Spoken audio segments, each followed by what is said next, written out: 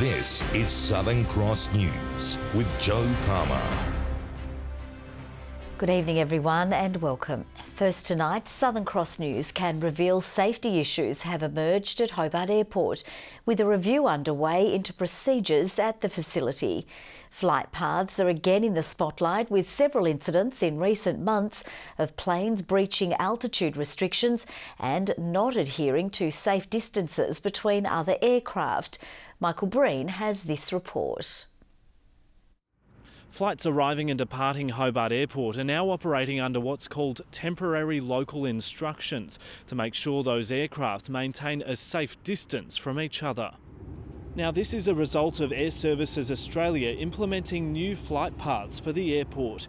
In documents obtained by Southern Cross News, Air Services confirms there have been a number of occurrences where an aircraft has failed to comply with altitude restrictions, flying too high or too low. An area near Richmond has been the trouble spot. Between last September and this May, there were 9 operational deviations and 2 incidents where aircraft passed too close to each other. Due to these potentially serious safety compliance issues, now air traffic controllers are essentially manually directing the level of the aircraft. This temporary workaround put in place while Air Services says it reviews occurrences with airlines and the Civil Aviation Safety Authority to try and determine why it's so hard to fly the procedures. Now, the original flight plan changes are under review already. Air Services faced a backlash when it introduced those last September. Those sent low-flying jets over towns like Primrose Sands, Connolly's Marsh, Dunalley and Murdunna, triggering noise complaints. Air Services now says new flight plan proposals will be released at the end of next month, hopefully providing a long-term solution to the noise and safety issues. Premier Will Hodgman has shrugged off new polling that reveals support for the state government has taken a hit. The EMRS poll released yesterday gave the government a slender 2-point lead over Labor 6 months after the state election. A poll and indeed anything else that might reflect the fact that we need to do more and can do better, we'll take on board, because we're a government that wants to be the very best government for Tasmanians. The poll is obviously pleasing for Labor. It reflects what we're hearing on the ground, which is that people are sick and tired of a government that is plagued by scandal after scandal. The Premier denied support had suffered because of the Angela Williamson cricket sacking saga or the change in Prime Minister. Almost 100 Tasmanian childcare workers have walked off the job today, taking a stand against their rates of pay. The rally, part of a national protest, with educators pleading with the federal government to address what they are calling a wage crisis within the sector.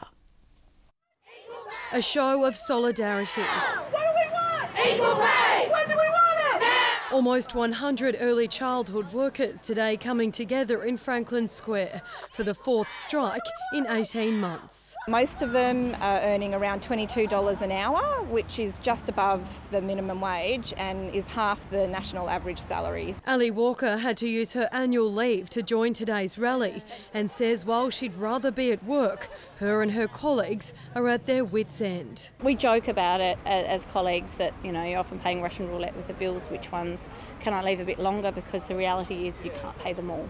Katie Dunn has spent the last 25 years in the sector, now pleading with policymakers to address what's being called a wage crisis. All the passion in the world at the end of the day isn't paying your rent, it's not paying your supermarket bills. Today's rally is part of a national walk-off, with 7,000 people taking a stand in different Australian cities this afternoon. It's just wrong and we're sick of having to fight. The Federal Education Minister says it's not his government's responsibility and it's currently before the Fair Work Commission, saying the federal government doesn't own or run childcare centres and doesn't set the pay rates for the industry. The government needs to come to the party and fund equal pay. Parents can't afford to keep paying more and more. Louise Hedger, Southern Cross News. A Senate committee into the state of regional and rural mental health has today gathered in Devonport. The panel heard suicide prevention programs are being rolled out successfully across 5 councils around the state. They're looking at primarily how we can develop community capacity to become a tool to address suicide prevention in local communities. So building community networks, greater training for community groups. The report will be released in October. And if you or anyone you know needs help, call Lifeline on 13 11 14. Tasmania Police says formal identification of remains found near Myrtle Park in August is expected to be completed by the end of the week. Detectives were led to find a torso believed to be that of 24-year-old Jake Anderson Bretner and have since charged a 26-year-old man with his murder. The Launceston tip is still being searched for evidence, and so far no other remains have been found. At this stage, we are unaware of any further areas of interest at this stage, but as I said, the investigation is ongoing. Anyone with information is urged to come forward. In a significant coup for Tasmania, Launceston has been chosen to host the Special Olympics Australia National Games in both 2020 and 2022. Up to 2,000 athletes from across the world are expected to descend on the state for the competitions. It'll be a fierce contest battled out right here in Launceston.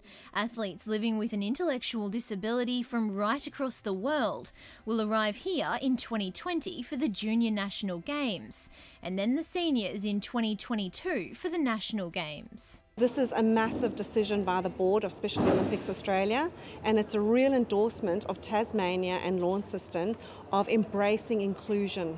The event is held every 4 years and is part of a global movement aiming to use sport to help end discrimination and get more people active and involved.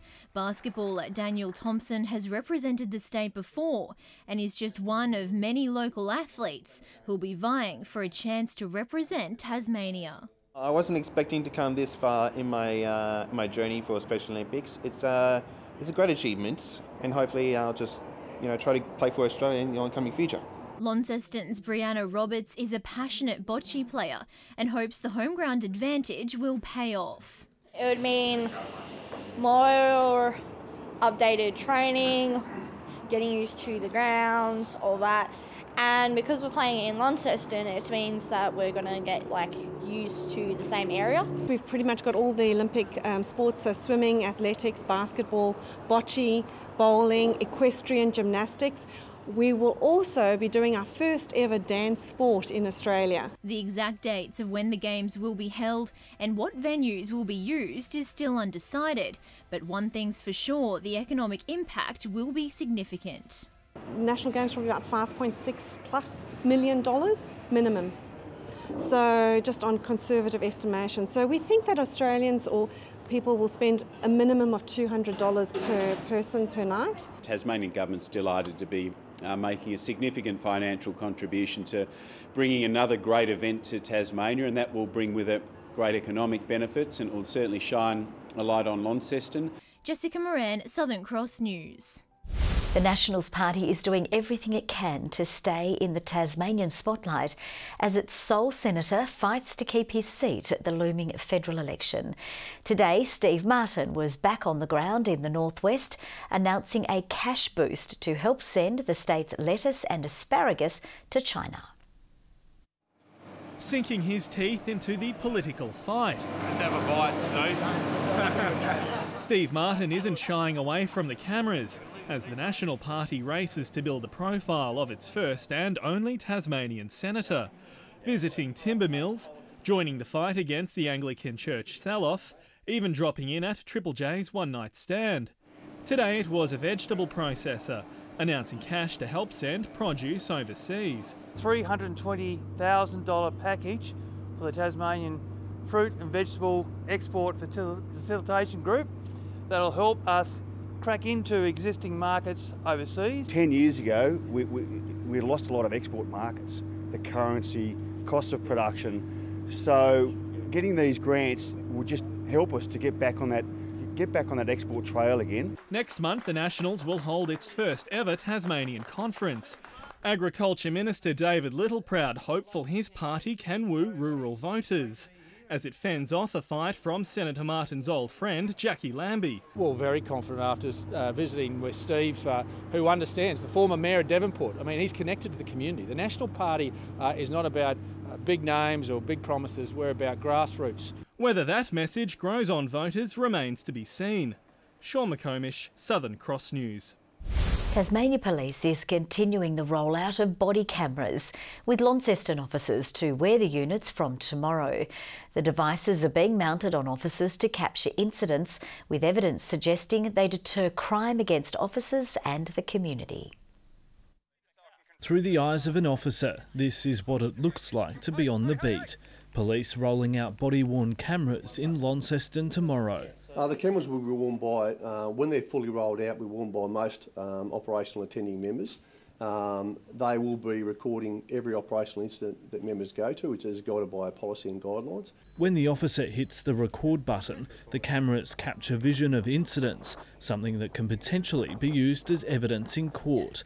The simple presence of them is expected to be a deterrent against attacks on police.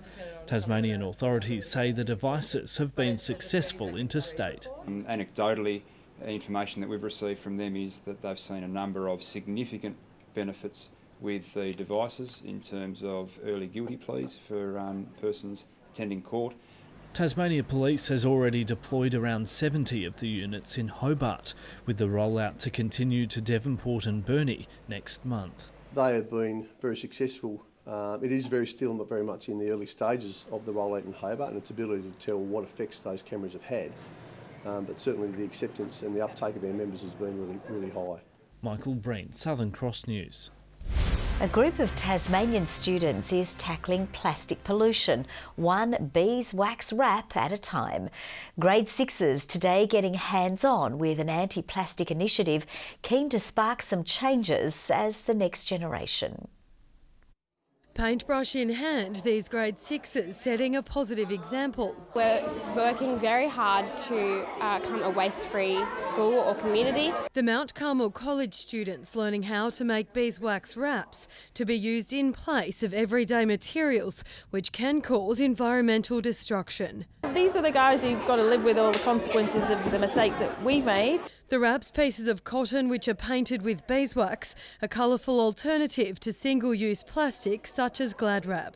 Sandwiches and like crackers or biscuits that you can just wrap up quickly in the morning. If we really want to improve it, the next generation is going to have to step up and start with these things. Plastic Wise Taroona hosting today's workshops as students tackle the world's pollution problem hands-on. The minute they see what it's doing to the birds, what it's doing to the turtles, they're totally on board and they're like, why isn't everybody doing this? And so they are driving a lot of the changes in the whole. So when you come in and you present them with really interesting alternatives or simple changes they can make, they're really receptive. An alternative lighter on the wallet and our environment. Louise Hedger, Southern Cross News. It's not long now until gates open for this year's Junction Arts Festival, promising dazzling shows, live music and plenty of food and beverages. It's hoped several thousand will attend. It's looking fantastic. We've really kind of expanded everything that's happening in the square this year. Everything's bigger and better. It's family friendly. There's so many free things happening here in the square. This is also the first year that the Little Devil venue will be added to the event, hosting award-winning performances, children's events and a lineup of Tassie artists. The festival opens tonight at 7:30 and will wrap up on Sunday.